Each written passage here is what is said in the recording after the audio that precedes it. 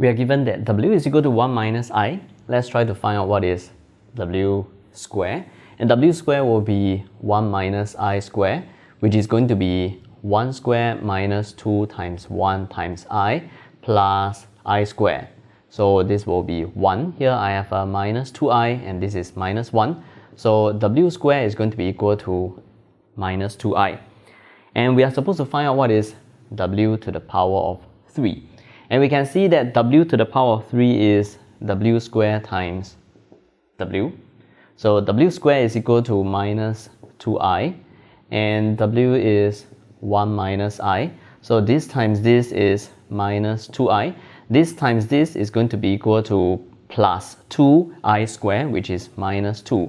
So this is going to be equal to minus 2I. And we also need to find out what is W to the power of 4. W to the power of 4 is W square square. And W square is this. So we have a minus 2I square, which is equal to 4I square. And I square is minus 1, so we have a minus 4. And with this that we have just found, let's try to see whether we can find P and Q from this equation. This equation is a polynomial, W to the power of 4 plus P W to the power of 3 plus 39 W square plus Q W plus 58 is equal to 0. And we do know what is W to the power of 4. We have already evaluated it to be minus 4. So plus P times of W to the power of 3 is minus 2 minus 2I plus 39 of W square, which is minus 2I, plus Q of W, which is given to us as 1 minus I, plus 58.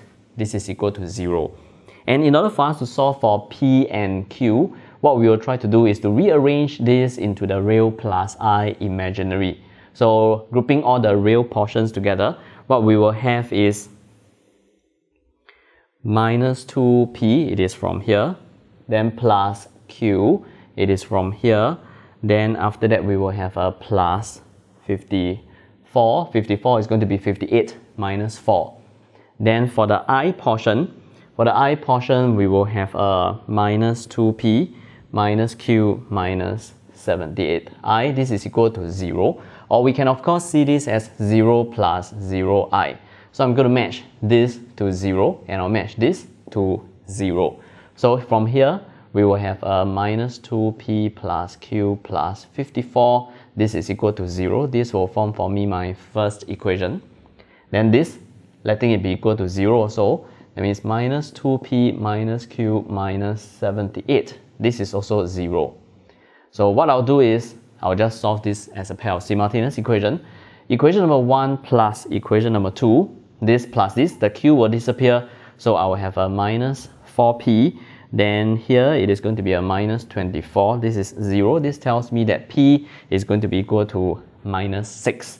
I'm going to sub this back into, let's say, equation number 1. So I will sub P is equal to minus 6 into equation number 1, which will give me a minus 2 times minus 6 plus Q plus 54 is equal to 0. This will help me to solve for Q. Q is minus 66.